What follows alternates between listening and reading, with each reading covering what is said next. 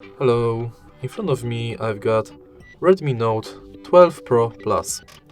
In this video I'll show you how to add passes to Google Wallet.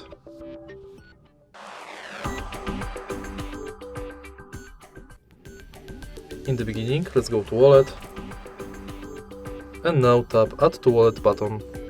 Focus on Transport Pass, Loyalty and Gift Card. Firstly, let's select Transport Pass, and if you are able to find your transit way, select it. You'll be redirected to a website where you have to finish the inside form. Next, let's select Loyalty, and now select Loyalty card you are participating in. Now you can scan your card or enter member ID.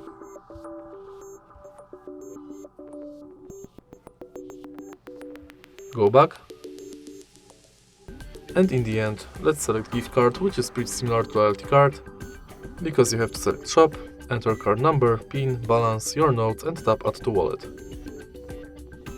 And that's basically it. All of your cards will appear on the homepage of Google Wallet.